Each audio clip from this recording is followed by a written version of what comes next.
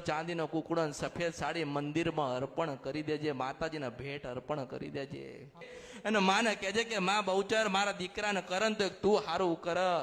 હે શંખલપુરની બહુચર, તું તો જાગતી જોગ માયા છો. તે માં મારા દીકરાને મેલી દે ને છોડી દે, મારા દીકરા ઉપર દયા કર માં.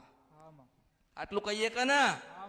આટલું કરીને બહાર નીકળજો અને 7 ડોશીઓ મળશે. કેટલી? 7.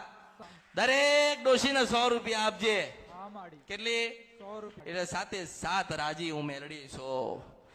પછી બરોબર 2 મહિના થાય અને તારા દીકરાને બધું નખમય રોગ ના હોય તો માંજે કે હું અસલ ભરતની મેળડી ગાવા. તારા દીકરાને તારવા હતી, તારા દીકરાને નવું જીવન આલવા હતી. તારો દીકરો પાવયો ના બની જાય ને તો પુરુષ એવો ને એવો બનાવવા હતી.